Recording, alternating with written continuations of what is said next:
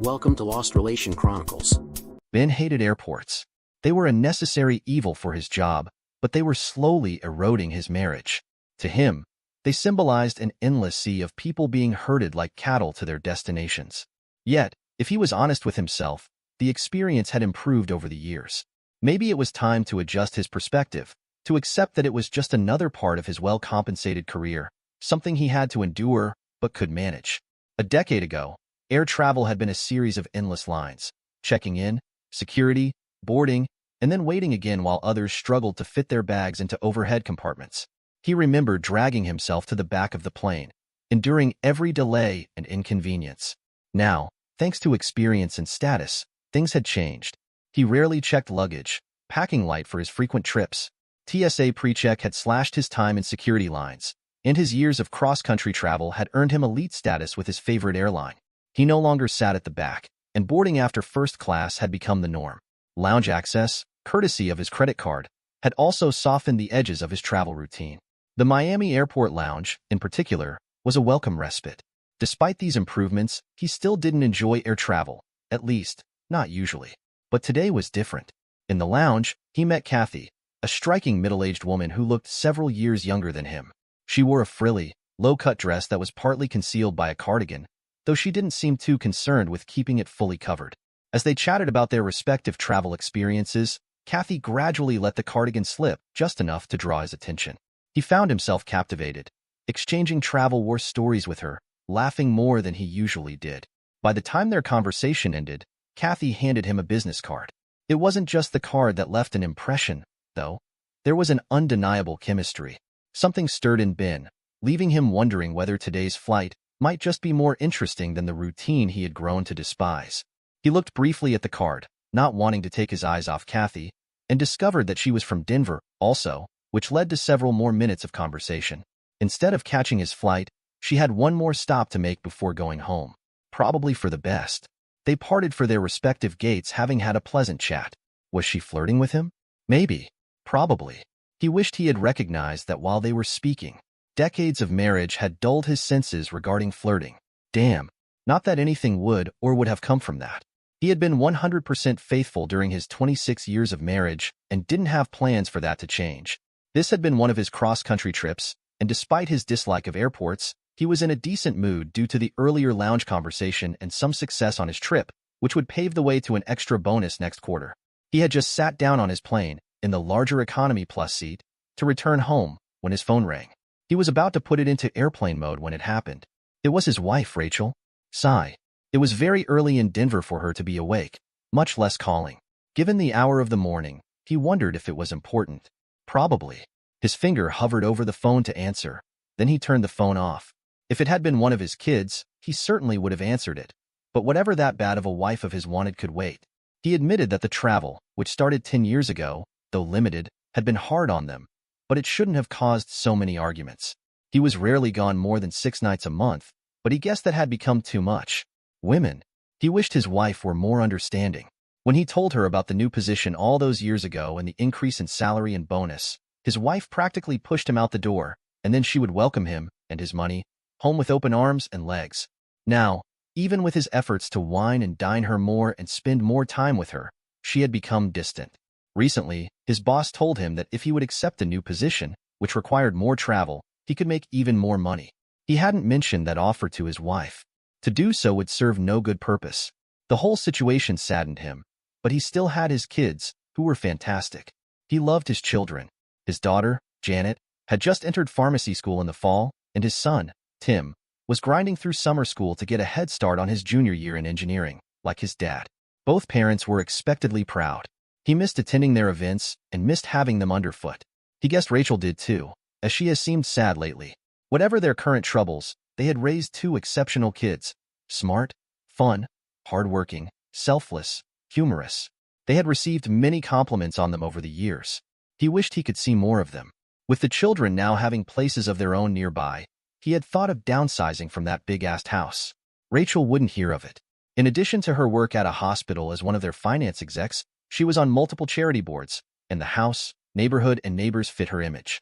A little extra house and yard maintenance compared to a smaller house was one of the sacrifices Ben was expected to make for his wife's social standing. Sigh. The flight languished as it often does, or more accurately, he was languishing on the long flight. He wasn't in the mood for a movie, and he didn't get much sleep during the trip, so he decided to close his eyes for a few minutes while he could. It was the bump of the plane touching the ground that had awakened him. He was surprised that he had slept almost the whole trip. He turned his phone back on, and it looked like something had blown up. Voicemails and messages from everyone that was close to him. He rang his daughter. "My God, Dad. Thank goodness you called. Janet, you knew I was on a plane. What's going on? Everyone has been trying to get a hold of me, but no one has told me anything. Well, I'm not going to either at the moment. Stop by my place, since it is on your way home. Tim will be here, too. Janet, you can't leave me like this. Are you and your brother okay? Is your mother okay? Is anyone hurt? I'm sorry, Daddy. It's just a big mess. No one is hurt. Well, no one we love. I'll explain what I know when I see you." What the hell? Ben made record time from Denver International to his daughter's place near the university. He knocked hurriedly on the door, and she was almost in tears when he walked in. He saw his son sitting solemnly in one of her chairs. "What's wrong, baby?" "Oh, Daddy, we're so sorry. It's a huge mess." Tim spoke up, more like a cluster's hit. "Tell me, what happened?" Janet continued. "We didn't mean for any of this to happen. It just sort of snowballed." "Didn't mean for what to happen?" "Well, we meant for some of it to happen, but not like this." "Honey, you haven't told me anything yet. Tell me." Okay. It started about a month ago when you were on your last trip to Boston. I was going to drive over and visit Mom at dinner time, and as I approached, I saw a strange Tesla pulling into your garage spot, which was odd. I didn't recognize the car or know who it could be. From the street, I could see that the lights in the house were on, and by the way the shadows moved, I saw someone walking through the house towards the garage. I called Mom on her cell, and she didn't answer. I waited a few more minutes and called her again. When she did answer, I asked her if she was home, and she said that she was still at work and would talk to me later. Obviously, I suspected this was a lie, so I hung up and watched the house a little longer wondering what to do. After a while, I pulled my car out of sight and snuck to look in the garage window. Mom's car was there along with the Tesla's. I was furious. I returned to my car, called Tim, and told him what I saw. I wanted to know who was with Mom. With my anger stoked, I watched the first 6 hours for him to leave, and Tim came and watched until he left at 7 a.m. the next morning. Tim followed him to his work at a large office building in Cherry Creek, walked in a few minutes later, and asked the security guard if he recognized the man that just entered. He gave Tim a name, and Tim called me. We didn't know what to do. I called Mom the next morning, not happy that she didn't return my call, and have been cool towards her ever since. On your last trip, we were watching, and the same thing happened. So, Tim and I decided to do something about it. Tim jumped in.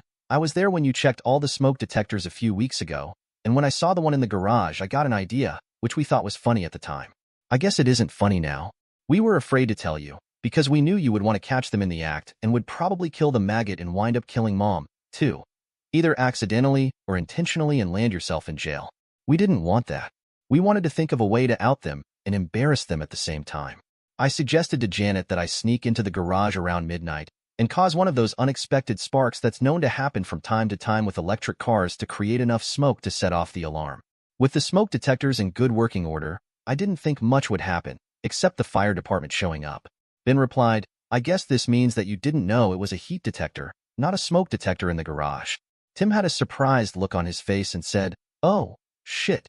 That's why it took so long for the alarm to go off." Ben shook his head. Janet jumped in. "We thought that the fire department having to come would be embarrassing, but not enough, so I sort of got involved too."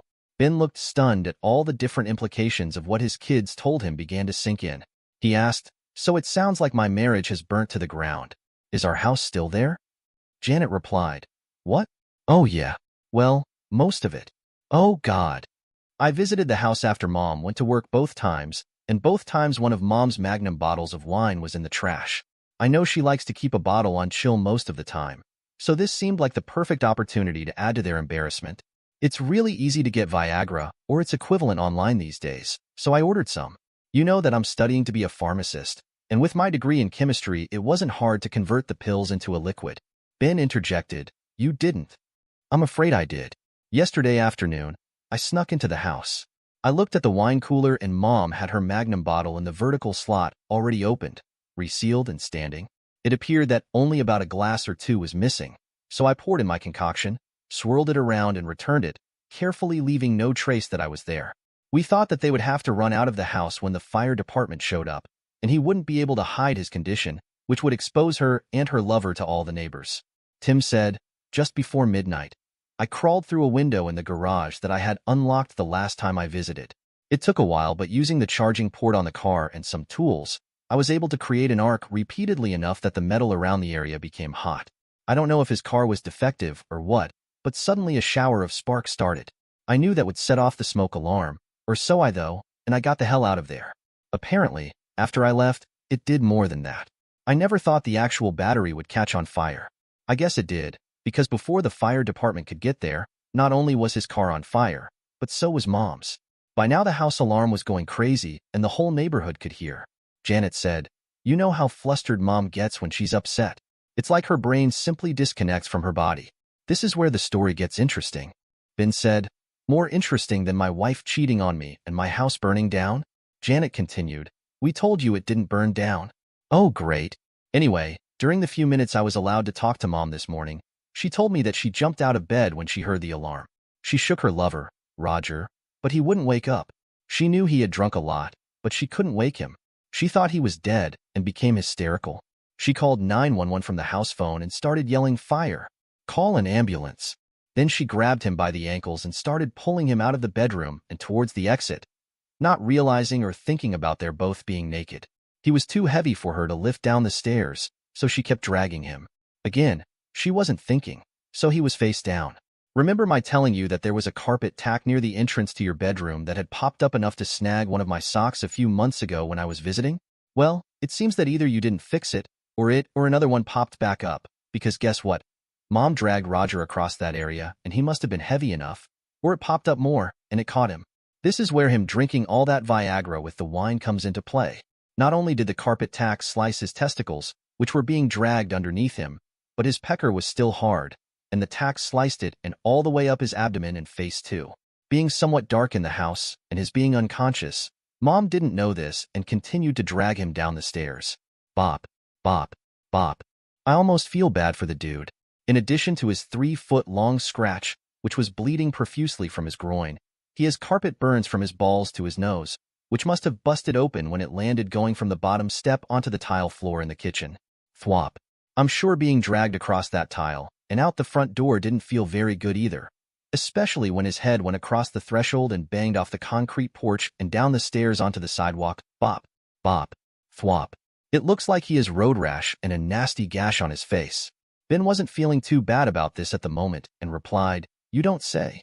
Tim took over the story. The house alarm must have woken the rest of the neighborhood, because it seems there was quite the audience when Mom dragged her lover, both of them naked, out the front door, in front of everyone. Timothy from across the street even videoed the scene on his phone and sent it to me. Watch this. Ben couldn't believe what he was seeing. On Tim's phone was a video of his wife, backing naked out of the front of the house, and sure enough, Roger's head was bopping off the concrete on the way down the steps, while Rachel continued to drag him. Either her adrenaline was really going, or she was stronger than he realized. The EMS and fire department arrived immediately after. He watched as the crews ran into the house to open the garage door and began hosing everything down in the garage and around that area of the house. An EMS approached his naked wife with an emergency blanket to cover her and rolled Roger over. His bleeding pecker was still hard and flopping around for everyone to see. Ben could tell that he won that comparison versus her lover. Phew, Tim told him. Did you know that those electric vehicles will send an alert to your phone when something odd happens to your car? Apparently, Roger's wife, Nancy, received a message, and seeing that her husband's car was at someone's house, instead of at the airport, where it was supposed to be, she came to investigate. As Ben continued to watch, he saw that they couldn't revive Roger. He was alive, but unconscious.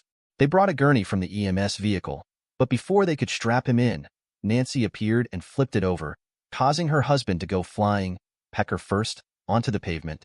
He was going to need more than a few sticks to take care of that, and the new cut on his head. Pity. Ben couldn't remember ever seeing anyone so angry. She landed several good kicks to his groin before they could drag her away from him, still kicking. When they put him back onto the gurney, his pecker, still bleeding, now looked to be crooked, where it wasn't a few minutes ago. He wondered if Roger was awake when they tried to fix that. He hoped so. Rachel stood there aghast as there were at least a dozen or so of her socially adept neighbors watching the tragic comedy unfold.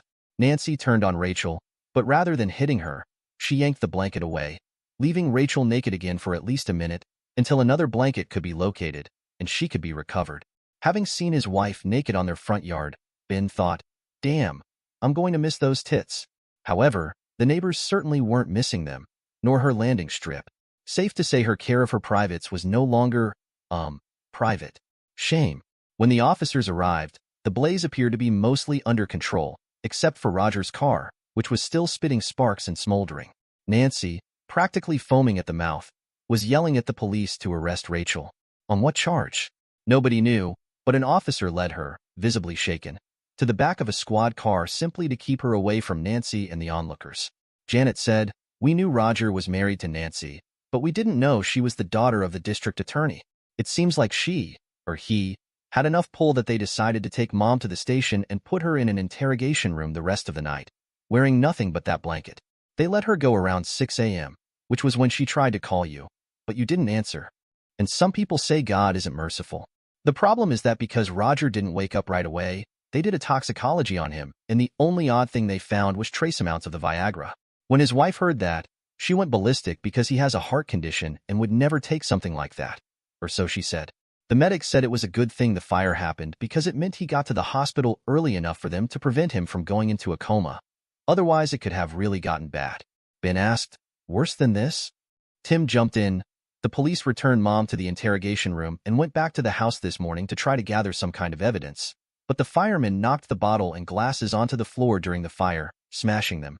With all the water and destruction of the bottles and the wine residue, there isn't any uncontaminated evidence to collect.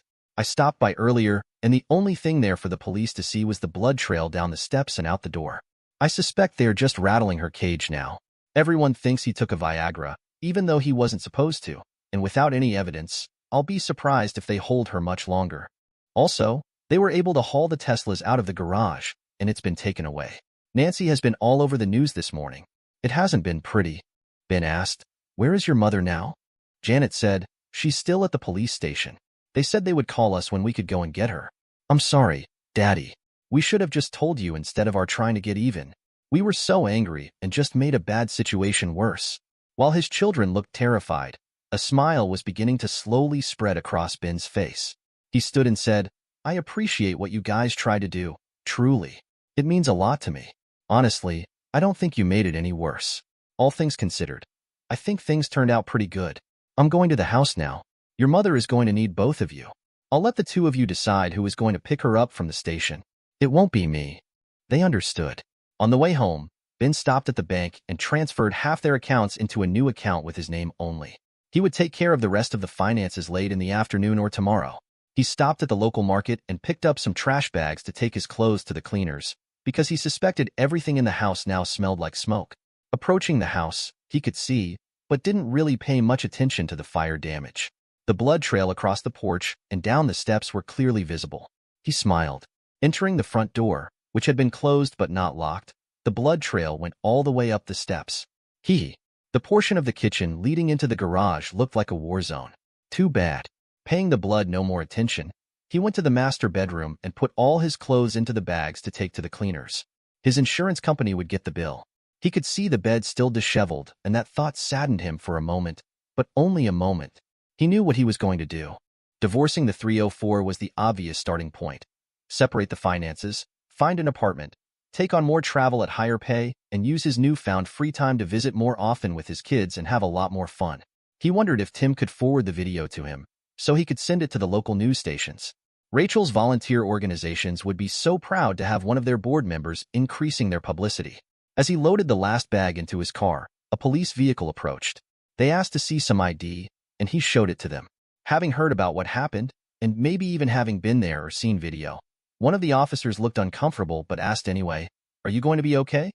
In a fraction of a second, all of the events of the day spun over and over through Ben's mind like one of those old-fashioned wheels that people would spin in game shows. When the wheel in his mind stopped on Kathy's business card, a broad grin appeared on Ben's face as he replied, "I'll be fine, officer. I'm going to be just fine.